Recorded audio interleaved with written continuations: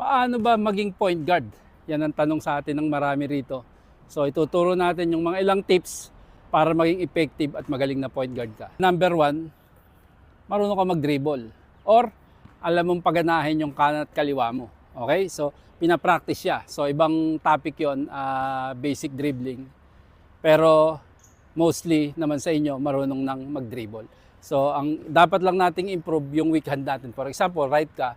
So possible mahina yung left mo. So siya yung ipapractice mo. So basically, yung mga control dribble ang kailangan natin practicein, like control, okay?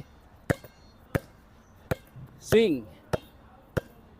So yun lang yung mga simple na may control sa bola. Hindi yung dribble lang na diretso. Okay? Kung papansinin natin, yan, kinokontrol mo. Minamanipulate mo yung ball. Dribbling, number 1. Kasi paano kang gagalaw kung hindi ka nagdi-dribble?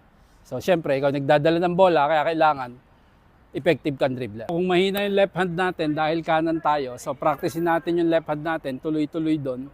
Okay, mag-start tayo sa jog lang, then medyo mabilis, then sprint na. So, for example, jog ka lang hanggang dun sa dulo. Okay, then add tayo ng bilis, then hanggang sa sprint na tayo. So, ganun lang siya kasimple, ganun lang muna.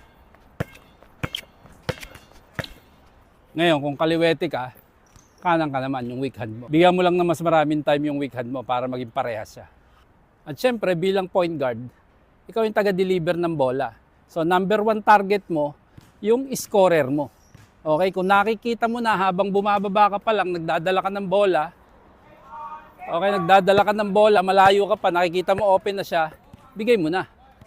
Okay, yun number 1, target mo na agad yun. Ngayon, kung may big man ka namang scorer sa loob, okay, kahit nandun ka pa sa malayo, kita mo, kaya mo nang bigyan mo na agad ng bola. So, yun yung tatandaan mo. Number 1, find your scorer. Okay? Ngayon, so nagdi-deliver ka ng bola. Okay, as much as possible, huwag kang tatalikod sa action. So, paano yun?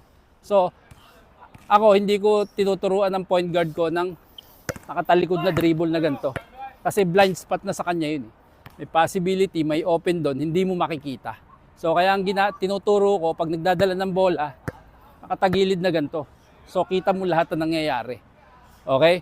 So kung may pumipressure man sa'yo, okay, atras-atras ka lang, atras-atras, tagilid, nakikita mo pa rin yung nangyayari. Balik-balik ang ganyan, kahit may pumipressure sa'yo, nandyan lang siya sa gilid.